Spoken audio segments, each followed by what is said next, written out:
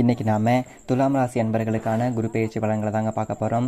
நவ கிரகங்களில் மிக முக்கியமான பவர்ஃபுல்லான ஒரு பிரதான கிரகமான குரு பகவான் இப்போது காலபுருஷ தத்துவத்தின்படி முதல் வீடான மேஷமனையில் இருந்து வரக்கூடிய 2024ஆம் ஆண்டு மே 1ஆம் தேதி, அதாவது சித்திரை 18ஆம் தேதி மதியம் 12:59 மணிக்கு காலபுருஷ தத்துவத்தின்படி 2வது வீடான ரிஷப மனைக்கு பயிற்சியாக இருக்கிறாருங்க. இங்கே இருந்து குரு பகவான் தன்னுடைய பஞ்சம பார்வையாக 5ஆம் பார்வையாக கன்னிராசியையும், தன்னுடைய 7ஆம் பார்வையாக சப்தம பார்வையாக விருச்சக மனையையும், தன்னுடைய பாக்கிய பார்வையாக 9ஆம் பார்வையாக மகர மனையையும் பார்க்கிறாருங்க. இதுவரைக்கும் கிருத்திகை 1ஆம் பாதத்தில் இருந்த குரு பகவான் இப்போது ரிஷபராசியில் இருக்கக்கூடிய கிருத்திகை 2ஆம் பாதத்துக்கு பயிற்சியாக இருக்கிறாரு. இந்த குரு பகவானுடைய பயிற்சி உங்களுக்கு என்ன மாதிரியான பலன்களை கொடுக்க போகுது அப்படிங்கிறத இந்த பதிவில் நம்ம பார்க்கலாம். இந்த குரு பகவான் உங்களுக்கு கொடுக்கக்கூடிய சாதக பாதகங்கள் என்னென்ன, எந்தெந்த விஷயங்களை இந்த காலகட்டத்தில் நீங்கள் செய்யலாம், அவசியம் தவிர்த்துக்க வேண்டிய விஷயங்கள் என்னென்ன, இந்த மாதிரியான தகவல்களை தெளிவாகவும் விரிவாகவும் பார்க்க போகிறோம். கொஞ்சம் கூட வீடியோ ஸ்கிப் பண்ணாமல் முழுமையாக பார்க்க முயற்சி பண்ணுங்கள். சரி, வாங்க வீடியோக்குள்ளே போகலாம். துலாம் ராசியை பொறுத்த வரைக்கும் சித்திரை 3-4ஆம் பாதங்கள், சுவாதி 1-2-3-4ஆம் பாதங்கள், விசாகம் 1-2-3ஆம் பாதத்தை உள்ளடக்கியது துலாம் ராசி. துலாம் ராசிக்கு அதிபதி சுக்கிர பகவான். துலாம் ராசி அன்பர்களுக்கு இந்த 3ஆம் பாவகமான முயற்சி ஸ்தானாதிபதியும் ருணரோக சத்துருஸ்தானமான 6ஆம் பாவகத்துக்கும் அதிபதியான குரு பகவான் இப்போது களத்திரஸ்தானமான 7ஆம் பாவகத்தில் இருந்து அஷ்டமஸ்தானமான 8ஆம் பாவகத்துக்கு பயிற்சியாக இருக்கிறாருங்க. உங்கள் ராசி அதிபதியும் அஷ்டமாதிபதியுமான சுக்கிரனுடைய வீட்டுக்கு குரு பகவான் பயிற்சியாக இருக்கிறாரு. அஷ்டமஸ்தானத்தில் குரு பகவான் மறைஞ்சிருந்து தன்னுடைய பஞ்சம பார்வையாக இந்த விரய மோட்சஸ்தானமான 12ஆம் பாவகத்தையும், அதே மாதிரி தன்னுடைய சப்தம பார்வையாக தன குடும்ப வாக்குஸ்தானமான 2ஆம் பாவகத்தையும், தன்னுடைய பாக்கிய பார்வையாக சுகஸ்தானமான 4ஆம் பாவகத்தையும் குரு பகவான் பார்க்கிறது அப்படிங்கிறது விசேஷங்க. குரு பகவானுடைய பஞ்சம பார்வை உங்களுக்கு என்ன மாதிரியான நற்பலன்களை கொடுக்கும் அப்படின்னு பார்த்தீங்க அப்படின்னா, விரய மோட்சஸ்தானமான 12ஆம் பாவகத்தை குரு பகவான் பார்க்கும் ஒரு காரணத்தினால இதுவரைக்கும் உங்களுக்கு இருந்த தேவையில்லாத விரய செலவுகள் அப்படிங்கிறது கண்ட்ரோல் ஆகும். விரய செலவுகள் குறைவது மட்டுமல்லாது சுப செலவுகள் செய்யக்கூடிய ஒரு அமைப்பை உண்டாக்கும். அதே மாதிரி வெற்றிகளில் இருந்த தடங்கல்கள் அப்படிங்கிறத சரி செய்யுங்க. அதாவது நீங்கள் எடுக்கக்கூடிய முயற்சிகளில் வெற்றியை குறிக்கும். முக்கியமாக வெளிநாட்டு வேலை அப்படிங்கிறது இந்த ஒரு காலகட்டத்தில் சிறப்பாக இருக்கும். யார் யாருக்கு எல்லாமே வெளிநாட்டு வேலை அப்படிங்கிறது ஒரு கனவாகவே இருந்துச்சோ அவங்க எல்லாமே இந்த ஒரு காலகட்டத்தில் முயற்சி எடுத்தீங்க அப்படின்னா வெளிநாடு செல்லக்கூடிய ஒரு அமைப்பையோ, வெளியூர் செல்லக்கூடிய ஒரு அமைப்பையோ, அல்லது வெளி மாநிலங்கள் சென்று வேலை செய்வதற்காகவோ அல்லது படிப்பதற்காகவோ வெளிநாடு, வெளியூர், வெளி மாநிலம் செல்லக்கூடிய ஒரு அமைப்புகளை பிரமாதமாக இந்த ஒரு காலகட்டம் அப்படிங்கிறது உங்களுக்கு கொடுக்குங்க. ஏற்கனவே வெளிநாட்டில் தான் இருக்கீங்க, அங்கே வேறொரு வேலை மாறணும் அப்படின்னு சொல்லிட்டு நினைக்கிறவங்களுக்கும் இந்த ஒரு காலகட்டத்தில் நீங்கள் எதிர்பார்த்த மாதிரி வேறு ஒரு நல்லதொரு வேலை அமைவதற்கு உண்டான ஒரு அமைப்புகளும் இந்த ஒரு காலகட்டத்தில் சாதகமாகவே இருக்குது. அதே மாதிரி தன குடும்ப வாக்குஸ்தானமான 2ஆம் பாவகத்தை குரு பகவான் தன்னுடைய 7ஆம் பார்வையாக பார்க்கின்றார். அப்போது தனம் சார்ந்த விஷயங்கள், குடும்பம் சார்ந்த விஷயங்கள், வாக்கு சார்ந்த விஷயங்கள் சிறப்பாக இருக்கும். இந்த ஒரு காலகட்டத்தில் தன வருமானத்தில் இருந்த தடங்கல்கள் அப்படிங்கிறதாகலும், அதே மாதிரி குடும்பத்துக்காக புதிய பொருட்களை வாங்கி சேர்க்கக்கூடிய ஒரு அமைப்புங்கிறது உண்டாக்கும். குடும்பத்துக்காக நிறைய ஒரு விஷயம் பார்த்து இந்த ஒரு காலகட்டத்தில் நீங்கள் செய்வீங்க. குடும்பத்தில் மகிழ்ச்சி அப்படிங்கிற நிலவும். குடும்பத்தில் இருந்த மனஸ்தாபங்கள், கருத்து வேறுபாடுகள் இது எல்லாமே நீங்கி குடும்பத்தில் மகிழ்ச்சி அப்படிங்கிறது பெருகும். ஒரு சிலர் குடும்பத்தை விட்டு பிரிஞ்சிருப்பீங்க அப்படின்னா கூட குடும்பத்தாரோட ஒன்றிணையக்கூடிய ஒரு அமைப்புகளை இந்த ஒரு காலகட்டம் அப்படிங்கிறது உங்களுக்கு சிறப்பாக கொடுக்கும். மொத்தத்தில் குடும்பத்துக்கு நல்லதொரு முன்னேற்றத்தையும் வளர்ச்சியையும் கொடுக்கும். அடுத்ததாக வாக்குஸ்தானம். இதுவே உங்களுடைய வாக்கு அப்படிங்கிறது சிறப்பாக இருக்கும். கொடுத்த வாக்கை காப்பாற்றக்கூடிய அமைப்புங்கிறத உண்டாக்கும். வாக்கு பலித்தம் இருக்கும். சொல்ல செஞ்ச ஒரு காலகட்டத்தில் நீங்கள் காப்பாற்றுவீங்க. உங்களுடைய பேச்சினால் நிறைய அனுகூலங்கள் இப்படி இந்த ஒரு காலகட்டத்தில் நீங்கள் எதிர்பார்க்கலாங்க. அடுத்ததாக சுக தாயார் ஸ்தானமான 4ஆம் பாவகத்தையும் குரு பகவான் தன்னுடைய பாக்கிய பார்வையாக பார்ப்பது விசேஷங்க. சுகஸ்தானம் வலுப்பெறும் காரணத்தினால சுகபோகங்களை பெருக்கிக்கிறதுக்கு உண்டான ஒரு அமைப்புகள் இந்த ஒரு காலகட்டத்தில் உங்களுக்கு பிரமாதமாக இருக்கும். அதாவது வண்டி வாகனங்கள்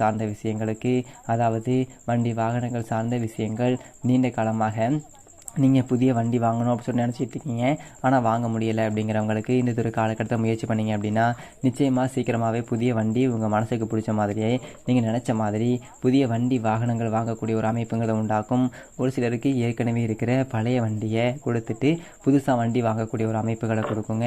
அதே மாதிரி வீடு, நிலம், பூமி, மடை இது எல்லாமே வாங்குறதுக்கும் வெயிட் பண்ணிகிட்டு இருக்கீங்க. சரியான ஒரு லொக்கேஷன் அமையலை, நீங்கள் எதிர்பார்த்த மாதிரி ஒரு இடமோ வீடியோ அமையலை அப்படிங்கிறவங்களுக்கும் இந்த ஒரு காலகட்டம் காலகட்டத்தில் மனசுக்கு பிடிச்ச மாதிரி நல்லதொரு லொக்கேஷன் அமைஞ்சு நல்லதொரு இடம் வாங்குகிற அமைப்பையோ, வீடு கட்டுவதற்குண்டான ஒரு அமைப்பையோ, கட்டின வீட்டை வாங்குவதற்குண்டான ஒரு அமைப்பையோ இந்த ஒரு காலகட்டத்தில் உங்களுக்கு பிரமாதமாக கொடுக்கும். ஒரு சிலருக்கு வீடு ஏற்கனவே கட்டிகிட்டு இருக்கீங்க, ஆனால் பாதியிலேயே நிற்கிது, தடைப்பட்டு நிற்கிது அப்படிங்கிறவங்களுக்கும் இந்த ஒரு காலகட்டத்தில் மீண்டும் கட்டிட பணியை தொடங்குவதற்குண்டான ஒரு அமைப்புகளையும் கொடுக்குங்க. அதே மாதிரி தாய்க்கு உடல்நல தொந்தரவுகள் இருக்குது அப்படின்னா இந்த ஒரு காலகட்டத்தில் சரியான ட்ரீட்மெண்ட் அமைஞ்சு தாய்க்கு இருந்த உடல்நல பாதிப்புகள் அப்படிங்கிறதும் தொந்தரவுகள் இது எல்லாமே விலகக்கூடிய ஒரு அமைப்பை உண்டாக்கும். தாய்க்கு இருந்த உடல்நல தொந்தரவுகள் சரியாகும். தாயோட ஒரு சிலருக்கு கருத்து வேறுபாடுகள், மனஸ்தாபங்கள் இருக்குது, இல்லை தாய்கிட்ட இருந்து பிரிஞ்சிருக்கீங்க அப்படிங்கிறவங்களுக்கும் இந்த ஒரு காலகட்டத்தில் மீண்டும் தாயோட ஒன்றிணையக்கூடிய ஒரு அமைப்பு. தாய்க்கும் உங்களுக்கும் இந்த கருத்து வேறுபாடுகள், மனஸ்தாபங்கள் எல்லாம் நீங்கி குடும்பத்தில் மகிழ்ச்சியை அதிகப்படுத்துங்க. கல்வி மாணவர்களுக்கு இந்த ஒரு காலகட்டத்தில் சிறப்பாக இருக்கும். ஏன்னா 4ஆம் இடம் அப்படின்னா கல்வி ஸ்தானம். அப்போது குரு பகவானுடைய பார்வையினால் மாணவர்களுக்கு கல்வியில் ஆர்வம் அப்படிங்கிறது அதிகரிக்கும்.